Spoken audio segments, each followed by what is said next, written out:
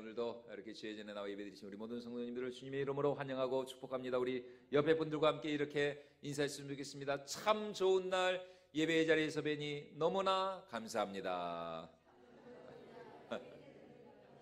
사랑하고 축복합니다. 네. 예, 하여튼 그냥 좋다고만 얘기하시면 됩니다. 다른 거는 생각, 참 좋은 날, 얼마나 참 예배드리기 좋은 날입니까? 화창하고 좋은 날, 여러분들 더 정말 이 예배의 자리, 은혜의 자리를 사모하실 수 있기를 축원을 드립니다. 자, 영국의 감리교 창시자죠. 이 존 웨슬리가 33살이 되던 해에 그가 신대륙 선교, 그러니까 이제 아메리카 대륙 선교에 대한 열정을 가지고 런던을 떠나 대서양을 향해 가던 중이었습니다. 그런데 예기치 않게 그가 탄 배가 엄청난 폭풍우를 만나 큰 위험에 처하게 되었죠.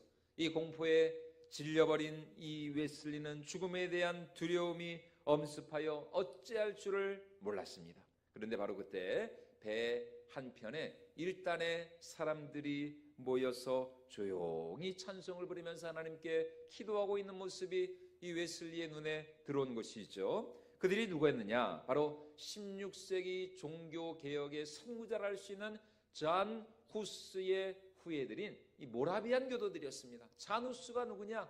이 사람이 그 15세기, 그러니까 종교개혁이 16세기였잖아요. 근데 그 전, 거의 100년 전인 이 15세기 당시에 거리에 나가서 그 정말 어두운 정말 그 암흑과 같은 그 중세 시대에 거리에 나가서 사람들이 들을 수 있는 언어로 이 복음을 전한.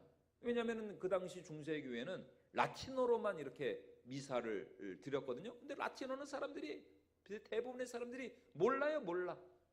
라틴어는 그냥 뭐 이런 주교들이나 이런 천주교 사제들이나 아는 용어였지. 이 일반 이 백성들은 이 사람들은 몰랐거든요. 그런데 이 자누스가 그 금기를 깨고 말이죠. 모두 알아들을 수 있는 그들의 그 언어, 그러니까 뭐 영어였겠죠. 이 영어로 이렇게 참 사람들에게 그것도 길거리에서 말이죠. 그래서 이 후스가 어떻게 됐을까요? 화형을 당해서 죽었습니다. 화형으로. 그러니까 순교를 당한 것이죠. 그 이제 종교개혁의 그런 선구자와 같은 이 순교를 당한 이 존 후스의 후예들이었던 모라비안 교도들이었던 거예요. 아니, 지금 사람들은 다 죽겠다고 소리치면서 공포에 떨고 있는데 이 모라비안 교도들의 얼굴에는 일말의 두려움이 없었습니다. 오히려 그들은 너무나도 침착하고 평안하게 그 폭풍우 한가운데서 오히려 하나님을 찬양하며 기도하였던 것이죠. 이에 웨슬레는 큰 충격을 받았습니다. 아니, 지금까지 나도 참 나름대로 열심히 좀 하나님을 믿고 신앙생활하고, 아니 그러니까 그 아메리카 신대륙 선교를 간 거 아닙니까? 선교사로. 그런데 지금까지 자신의 믿음과 신앙이 얼마나 나약하고 비상적인 껍데기 신앙이었는지를 깨닫게 되었습니다. 그리고 나서 다시 영국으로 돌아온 웨슬리는 그 모라비안 교도들을 찾아가서 그들과 교제하며 자신의 신앙을 점검하고 새롭게 하기 시작을 합니다. 이후 1738년 5월 런던에 있는 올더 스테이트가의 이 한 교회에서 마틴 루터의 로마서 주석 서문을 듣던 가운데 이 웨슬리가 성령의 충만함을 체험하게 된 것이죠. 물론 그전에도 웨슬리는 참 신실하고 열심히 있는 목회자였지만 이 사건을 계기로 이후 이 존 웨슬레 그리고 그 찰스 웨슬레 서로 형제가 아니었습니까? 감리교. 이 형제들에 의해서 영국의 대부흥운동이 일어나게 되었고, 영국에서 일어난 이 부흥의 불길이 어디로 넘어갔느냐? 미국으로 건너가가지고 우리가 잘 아는 조나단 에드워즈로 대표되는 이 미국의 영적 대각성 운동이 일어나게 된 것입니다. 그리고 이때 미국에서 일어난 이 영적 대각성 운동의 불이, 그러니까 이때 미국의 그 영적 대각성 운동으로 은혜를 받고 성령을 받은 이들이 어디로 넘어왔을까요? 우리나라로 넘어왔습니다. 우리나라로. 그래서 140년 전 저 정말 인천 제물포 앞바다에 누굽니까? 그 언더우드와 그 또 누굽니까? 누구예요? 언더우드와 아펜젤로. 여러분, 제가 몰라봐서 여러분에게 물어봤겠습니까? 어제 송성 목사님이 그런 것처럼 아펜젤로와 언더우드가 바로 그 미국의 그 대각성 운동에 영향을 받아가지고 그들이 우리나라까지 이렇게 이제 선교를 하러 왔던 것이죠. 그래서 여러분 우리나라에 어떤 일이 일어났습니까? 1907년 그 구한말 저 평양 장대현 교회에서 엄청난 평양 대부흥 운동이 일어나게 되었던 것입니다. 바라기는 여러분 우리 건전지의 교회 가운데도 이러한 성령의 역사, 부흥의 역사, 불의 역사가 일어날 수 있기를 주님의 이름으로 축원을 드립니다. 그런데 오늘 우리가 읽은 이 본문 말씀에서도 예수님은 제자들과 함께 배를 타고 갈릴리 호수를 지나 건너편으로 가고 계십니다. 그런데 해변을 떠나 배가 갈릴리 호수 중간쯤에 이르렀을 때에 갑자기 큰 광풍이 일어나 예수님이 타신 배가 파선할 위기에 처하게 되었습니다. 우리 35절로 37절까지 말씀 우리 다시 한번 읽어보도록 하겠습니다. 그날 저물 때에 제자들에게 이르시되 우리가 저편으로 건너가자 하시니 그들이 무리를 떠나 예수를 배에 계신 그대로 모시고 가매 다른 배들도 함께 하더니 큰 광풍이 일어나며 물결이 배에 부딪혀 들어와 배에 가득하게 되었다. 뭐 성지순례를 가보신 분들은 잘 아시겠지만 이 갈릴리 호수는 말이 호수지 바다입니다. 바다 엄청나게 넓습니다. 호수의 둘레가 약 53km, 남북이 21km, 그리고 동서가 11km에 달하는 어마어마하게 커다란 호수입니다. 문제는 이 호수의 수면이 해수면보다 거의 한 200m 정도가 낮다는 거예요. 그리고 호수 주위는 야트막한 산으로 둘러싸인 분지 형태이기 때문에 종종 산에서 갑자기 불어닥치는 급하고 강한 바람으로 인하여서 갑자기 이 호숫가에 큰 폭풍이 일어날 수가 있다는 것입니다. 그래서 이 큰 그런 웬만한 광풍이 일어나면은 뭐 웬만한 배들은 다 뒤집혀질 정도의 큰 물결이 일어나요. 그런데 지금 예수님이 타신 배에 바로 이 광풍이 불어닥치기 시작합니다. 어찌나 큰 광풍이었든지 배가 거의 깨질 정도로 그 배 안에 그냥 그 물이 가득 차게 되었대요. 가득 차게. 그러니까 엄청나게 많은 물이 들어와서 순식간에 그 배 안이 아수라장이 되지 않았겠습니까? 아마도 이때 누가 나섰겠습니까? 이 갈릴리 호수에서 잔뼈가 굵은 베테랑 어부들이었던 베드로와 야고보, 요한 같은 이 어부 출신의 제자들이 처음에는 자기들의 힘으로 어떻게든지 이 폭풍우를 이겨내려 했을 것입니다. 그러나 바람과 물결은 갈수록 거세져 갑니다. 제자들은 갈수록 지체만 가요. 바로 이때 그들의 눈에 누가 보였느냐? 배 뒤편에서 잠을 주무시고 계시는 예수님의 모습이 보였던 것입니다. 자, 우리 38절 말씀 같이 한번 읽어보도록 하겠습니다. 예수께서는 공원에서 베개를 베고 주무시더니 제자들이 깨우며 이르되 선생님이여 우리가 죽게 된 것을 돌보지 아니하시나이까. 아니 세상에, 지금 배 안에는 물이 가득 차가지고 배가 거의 파손할 지경에 이르렀는데 이 난리통이 예수님 뭐라고 하세요? 사역으로 인해서 어찌나 피곤하고 지치고 힘드셨던지 아마 코를 드렁드렁 하면서 코를 아마 드렁드렁 골면서 예수님도 인간이시지 않았습니까? 주무시고 계셨습니다. 그러자 이 모습을 본 제자들이 순간적으로 참 우리 예수님 얼마나 참 피곤하시면 저렇게 우리 예수님 절대로 깨우면 안 되겠다. 예수님 더 주무세요? 이랬을까요? 어찌나 제자들이 순간적으로 열을 받았던지 예수님을 향해 그들이 하는 말이 뭡니까? 아니 예수님, 우리는 지금 죽게 생겼는데 도대체 지금 예수님 뭐 하시는 것입니까? 아니 어떻게 예수님 혼자 그렇게 잠을 주무실 수가 있나요? 우리의 죽게 된 것을 돌보지 않으십니까? 우리는 이렇게 힘들고 괴로운데 어떻게 예수님 혼자 잠을 주무실 수가 있습니까? 죽음의 위기 앞에 예수님을 향한 제자들의 믿음은 온데간데 없이 사라져버리고 오히려 예수님을 향한 원망과 불편 섞인 탄식이 쏟아지기 시작합니다. 선생님, 우리가 죽게 된 것을 돌아보지 아니하시나이까? 여러분, 오늘 우리도 마찬가지죠. 오늘 우리 삶에도 때로 예수님이 부지하신 것 같은 그런 상황이 있지 않습니까? 지금 나는 너무 힘들고 괴로워 고통 가운데 울부짖고 있는데 예수님은 나와 아무런 상관이 없는 것처럼 나를 돌보지 않고 도와주시지 않고 내 곁에 계시지 않은 것 같은 여러분 그런 순간이 있지 않냐는 것입니다. 그럴 때 우리의 마음은 어느새 하나님을 향한 믿음과 신뢰보다는 원망과 불평으로 두려움과 의심으로 가득 차게 된다는 것입니다. 그렇게 잔잔하고 평온하던 일상이 생각지 못한 인생의 위기와 삶의 풍파를 만날 때 우리 영혼은 어쩔 수 없이 흔들리고 넘어지며 쓰러질 수밖에 없다는 것이에요. 그럴 때 우리도 제자들처럼 말할 수 있죠. 주님, 왜 우리를 돌보시지 않습니까? 왜 나를 홀로 두십니까? 도대체 주님은 지금 어디에 계신 것입니까?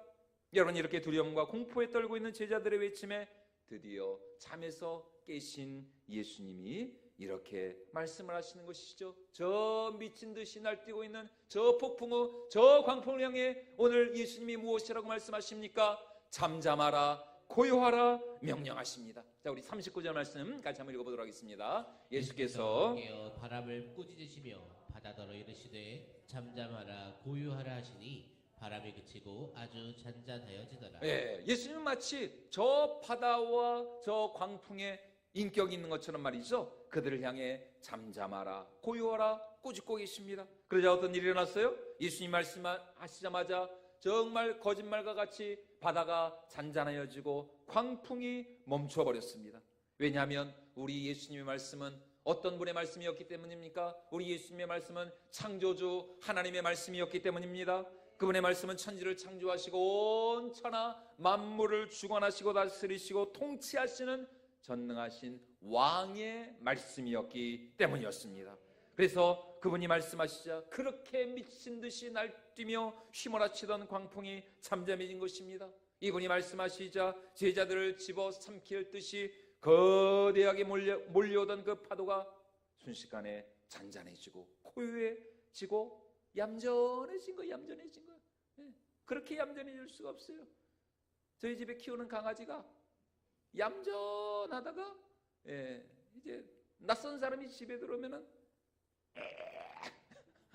완전히 그냥 완전히 애가 그런 애가 아닌데 미친 듯이 그냥 그렇게 그러다가도 죄송합니다 보신탕 그러면 그냥 얌전하게 그냥 얌전하게 꼬리를 내리고 얌전히 여러분, 오늘 우리 삶을 뒤흔드는 문제가 여러분 무엇입니까? 여러분, 오늘 우리 가정에 휘몰아치는 바람이 무엇입니까? 그것이 무엇이든 온 땅의 주가 되시고 만물의 주가 되시고 모든 인생의 생사를 주관하시는 전능하신 하나님께서 잠잠하라 고요하라 말씀하실 때에 그 말씀의 능력으로 우리 삶의 모든 풍파와 풍랑이 잠잠케 되어질 줄로 믿습니다.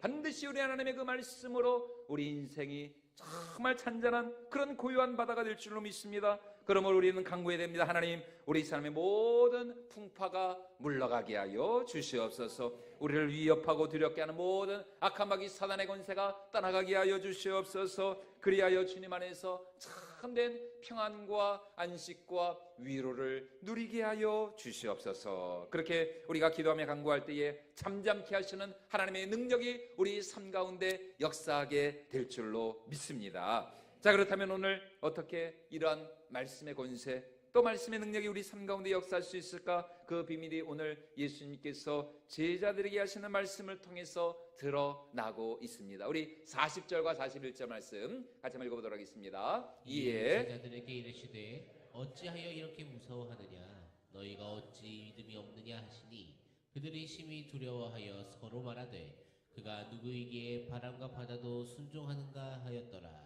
지금 예수님이 하신 말씀이 뭡니까? 아니, 너희는 나를 믿는다 하면서도 왜 아직도 나를 믿지 못하느냐라는 것입니다. 왜 여전히 내가 누구인지 모르냐는 것이죠.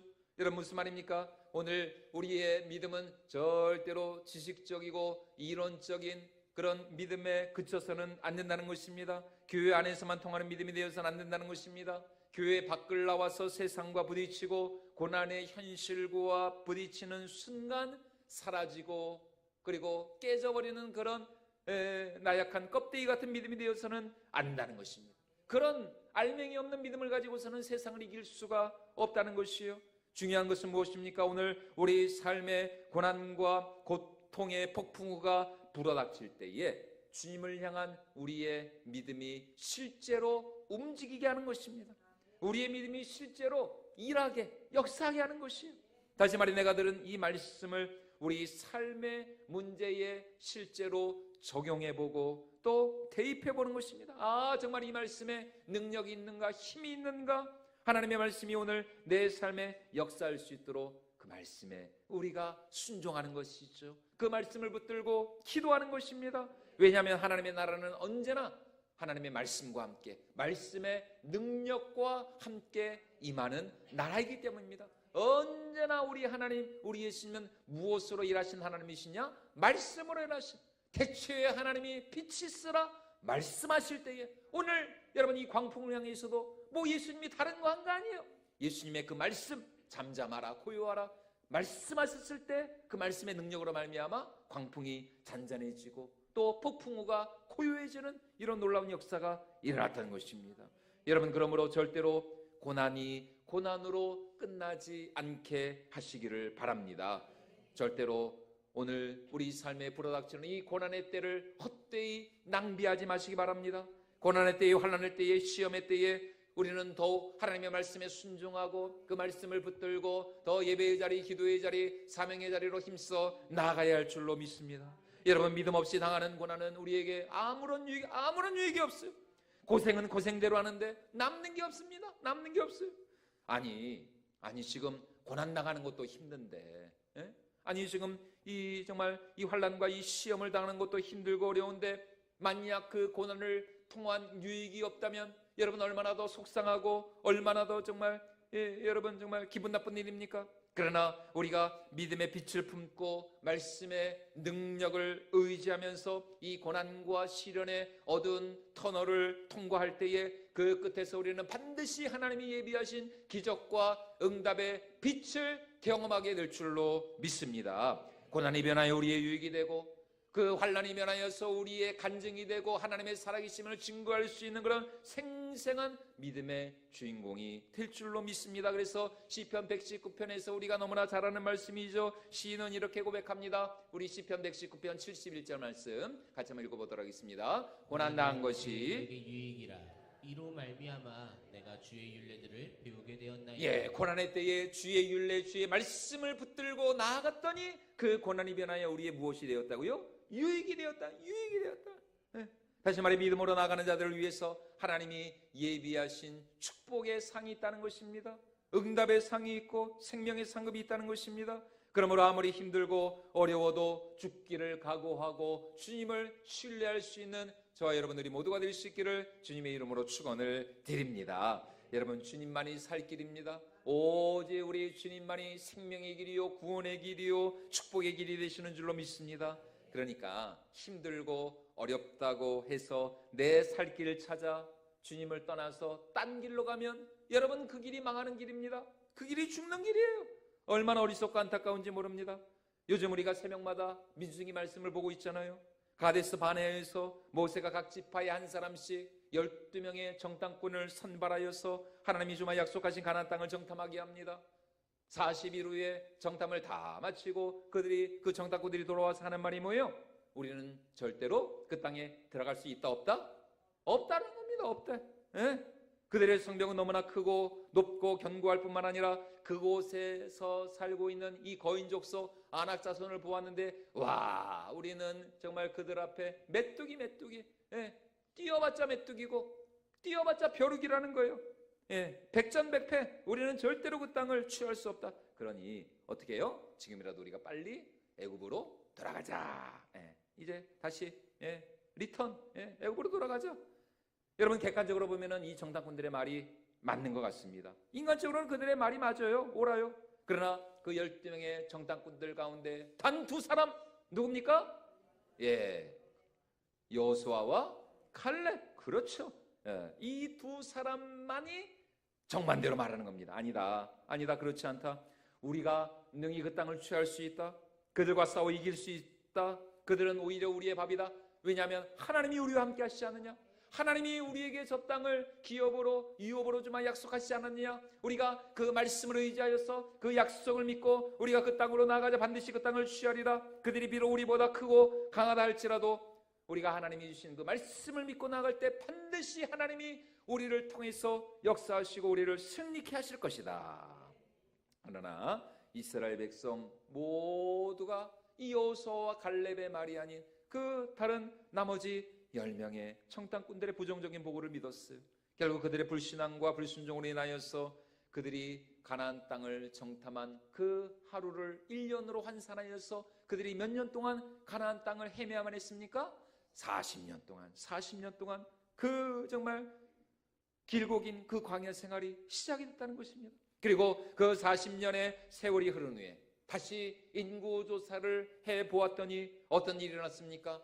40년 전에 하나님을 믿지 못하고 우리는 절대로 그 땅에 들어갈 수 없다라고 그렇게 말하였던 그 20세 이상의 그 출애굽 1세대 모든 사람들이 40년이 지나고 나니까 다 죽었어요. 그런데 오직 누구만 살아남았다고요? 두 사람? 여호수아 갈렙. 하여튼 무조건 여호수아 갈렙입니다. 하여튼 뭐 질문은 뭐 많아도 하여튼 정답은 여호수아 갈렙. 무조건 여호수아 갈렙. 여호수아 갈렙만 살아남았습니다. 40년 전 그날 돌에 맞아 죽을 뻔하였던 그 여호수아 갈렙, 출애굽 1세대 가운데 오직 이 두 사람만이 살아남아 어디에 들어갈 수 있었어요? 그들의 믿음의 고백대로 가나안 땅에 들어갈 수가 있었다는 것입니다. 자, 우리 민수기 26장 63절로 65절까지 말씀 같이 한번 읽어보도록 하겠습니다. 이는 모세와 제사장 엘르아살이 계수한 자라. 그들이 여리고 맞은편 요단과 모압 평지에서 이스라엘 자손을 계수한 중에는 모세와 제사장 아론이 시내 광야에서 계수한 이스라엘 자손은 한 사람도 들지 못하였으니 이는 여호와께서 그들에게 대하여 말씀하시기를 그들이 반드시 광야에서 죽으리라 하셨습니다. 이러므로 여분네의 아들 갈렙과 눈의 아들 여호수아 외에는 한 사람도 남지 아니하였습니다. 여러분 40년 전 그때는 이 10명의 정당꾼들의 말이 옳은 것 같았어요. 그렇죠? 그들의 보고는 너무나 현실적이고 또 논리적이고 이성적이었습니다. 각 지파의 대표들이었습니다. 얼마나 똑똑하고 스마트하고 얼마나 정말 그런 어떤 해안이 있는 그런 정말 진짜 똑똑한 사람들이었겠습니까? 게다가 군중들 모두가 그들의 말을 따랐죠. 그들을 지지했습니다. 아무도 이 여호수아와 갈렙의 말에 동조하는 사람이 없어서 오히려 어떻게 했어요? 돌을 들어서 이 여호수아 갈렙을 죽이려 했습니다. 그런데 40년이 지난 지금 결국 누구의 말이 맞았다는 거예요? 여호수아와 칼렙의 말이 맞았던 것입니다. 와, 세상에 그들의 판단이 옳았어요. 왜요? 여호수아와 칼렙은 눈에 보이는 현실을 따르지 아니하고 보이지 않는 여호와 하나님, 그분의 말씀을 붙들었기 때문이었습니다. 여호수아와 칼렙은 그들이 믿고 사랑하며 섬기는 여호와 하나님의 말씀을 따랐기 때문이었던 것이죠. 비록 그 말씀이 지금 내가 처해 있는 현실과는 너무 동떨어진 것 같고 안 맞는 것 같고 틀린 것처럼 보여도 그 말씀을 주신 여호와 하나님이 신실하신 하나님이시기에 그 하나님은 능치 못할 일이 없으신 전능하신 하나님이셨기에 그 하나님을 향한 믿음과 신뢰와 순종으로 이 여호수아와 갈렙은 하나님의 언약, 하나님의 약속을 붙잡았던 것입니다. 그리고 결국 그들의 믿음대로 출애굽 1세대 가운데 유일하게 약속의 땅의 주인공이 되었던 것입니다. 여러분, 오늘 우리도 마찬가지입니다. 아무리 인간의 생각과 판단과 지혜가 옳은 것 같아도 결국 누구의 말이 이루어지느냐? 여호와 하나님의 말씀이 이루어지는 줄로 믿습니다. 여러분, 지금 당장은 그 사람의 말이 옳은 것 같아요. 세상의 말들이 맞는 것 같습니다. 그러나 다 지나고 나면 그 사람들 다 어디로 갔는지도 몰라요. 전화해도 안 받아요. 전화해도 없는 번호이오니 다시 확인하시고 걸어주시기 바랍니다. 전화해도 안 받아. 아니 세상에 옛날에는 그렇게 그냥 큰 소리 떵떵 치고 말이죠. 자신만만하더니 그냥 세월이 지나고 나니까 바람과 함께 사라져버렸어요. 바람과 함께. 여러분, 그러니까 여러분, 길고 짧은 건 대봐야 됩니다. 여러분, 끝날 때까지 아직 끝난 게 아닙니다. 여러분, 우리는 결코 그러므로 세상을 두려워할 필요가 없습니다. 사람을 두려워할 필요가 없습니다. 세상을 의지하거나 사람을 의지할 필요도 없다는 것이, 우리가 믿고 우리가 의지하고 신뢰하고 경외해야 할 분은 오직 누구다? 여호와 하나님이신 줄로 믿습니다. 왜냐하면 모든 것이 결국 우리 인생도 세상 만사도 결국 누구의 뜻대로? 하나님의 뜻대로, 하나님의 말씀대로 이루어지니까요.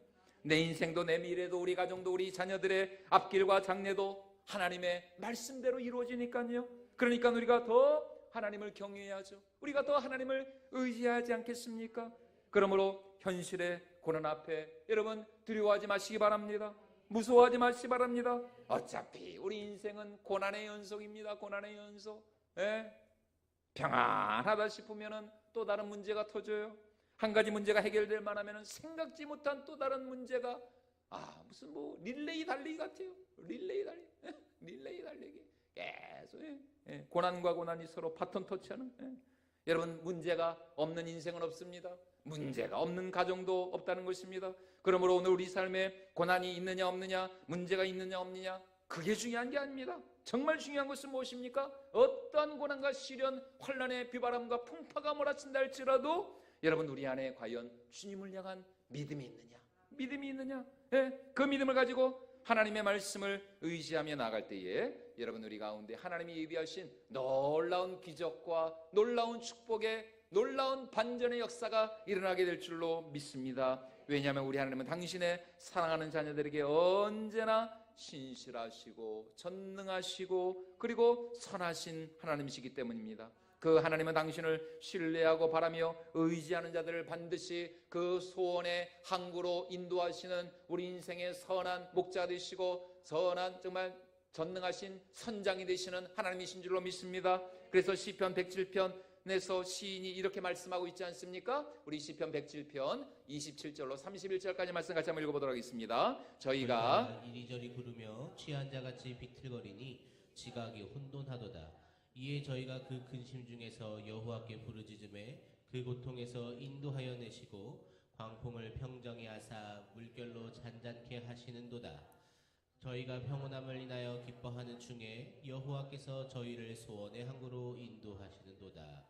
여호와 인자하심과 인생에 하신 기이한 일을 인하여 그를 찬송할지로다. 아멘. 이 30절 말씀 다시 한번 보여주시죠.